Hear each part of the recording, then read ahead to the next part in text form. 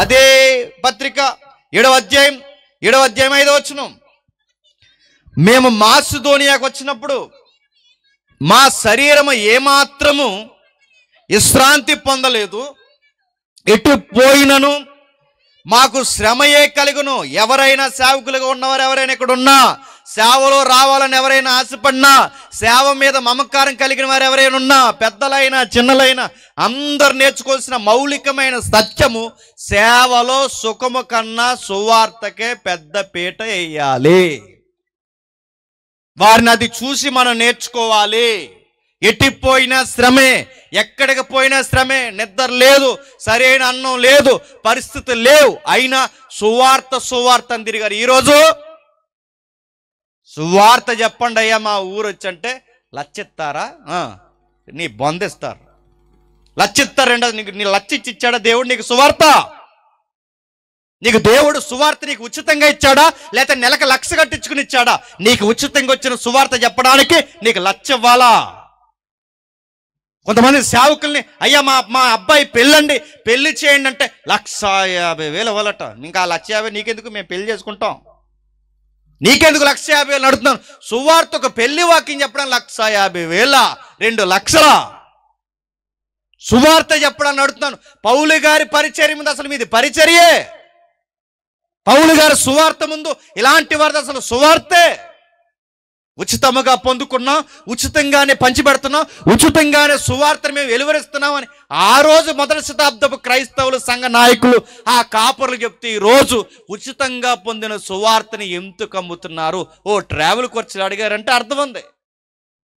నీ కుటుంబ పోషణ నిమిత్తము 100 ఎద్దుకు మూతకు చిక్కం పెట్టొద్దంటే నీకు ఆహారం కొరకు, నీ బిడ్డల కొరకు కాస్త గుప్పడి మెతుకులు తీసుకుంటే అర్థం ఉంది. నువ్వు అడగకపోయినా ఇస్తావు, ఆ మాత్రం విలువలు తీసుకొచ్చిన వారికి తెలుసు. కానీ నువ్వు లచ్చిస్తేనే నేను డయాస్ ఎక్కుతాను అన్నావంటే నిన్నెవడవు, నువ్వు వ్యాపారం వేస్తావు, నువ్వు నిన్నేమనాలి?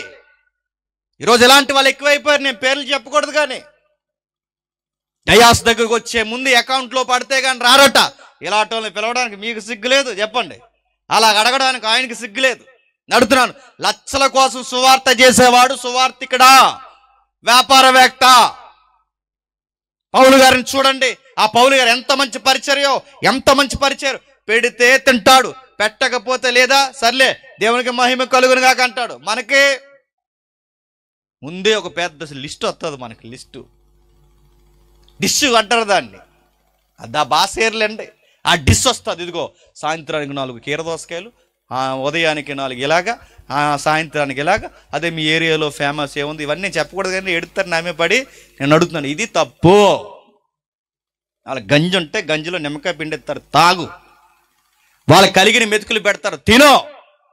కొంతమందిని చూస్తామండి, గొప్పింటోళ్ళ ఇంటికాడట ముందే ఆకలేసి తింటారట.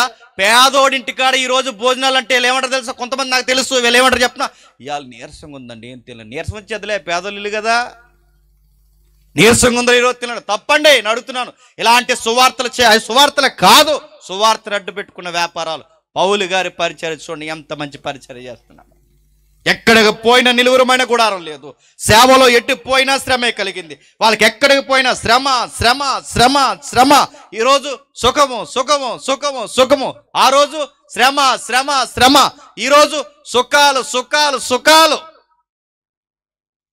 5 కిలోమీటర్ల అవతల సువార్త చెప్పాలి రండి, ఒక్క రాడండి ఈ తరంలో నడిచి వద్దారా?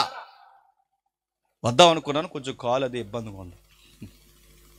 ఇబ్బందిగా ఉన్నారా? పౌలు గారు రాళ్ళ దెబ్బలో వచ్చాడు. ఆయన రా సువార్త చేయి, ఏదన్నా దేన్నైనా చేయడానికి రెడీగా ఉండాలి.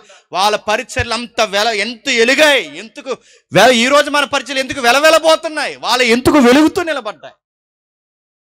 వాళ్ళ దేవునికే ప్రథమ స్థానం ఇచ్చారు. ఆకలి కన్నా సువార్తకు పెద్దపీట వేశారు, నిద్ర కన్నా సువార్తకు పెద్దపీట వేశారు. ప్రతి దానికి ప్రభువును ముందు పెట్టుకున్నారు.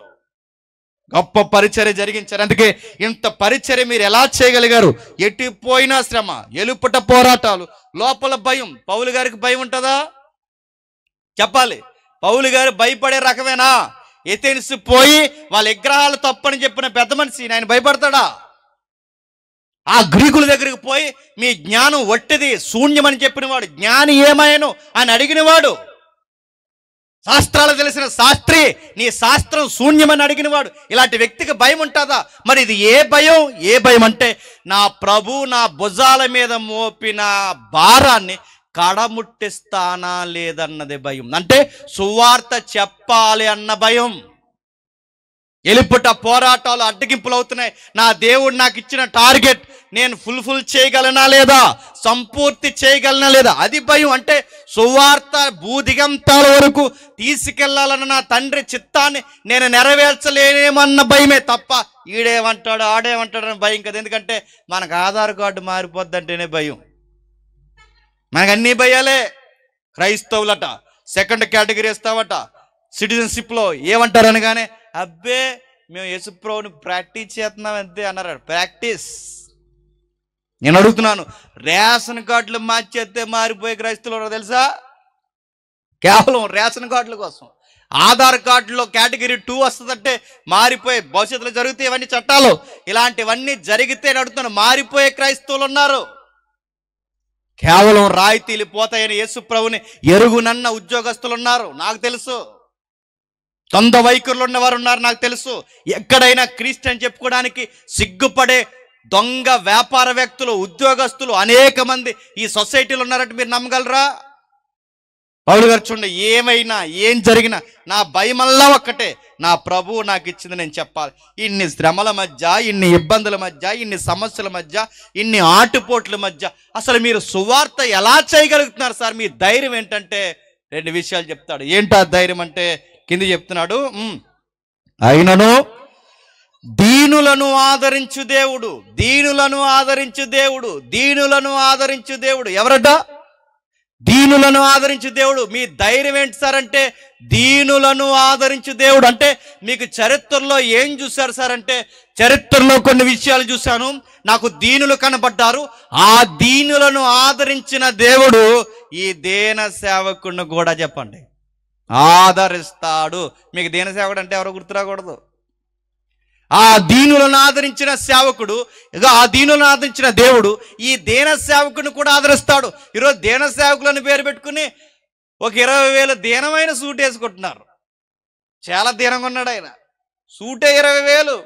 అదే నేను అనుకుంటున్నాను 20,000 ఉందో 50,000 ఉందో నాకు తెలీదు. 50,000 సూటు, 60,000 సూట్లు వేసుకుని ఈ దీన సేవకుడు. దీన సేవకుల్లో లేను.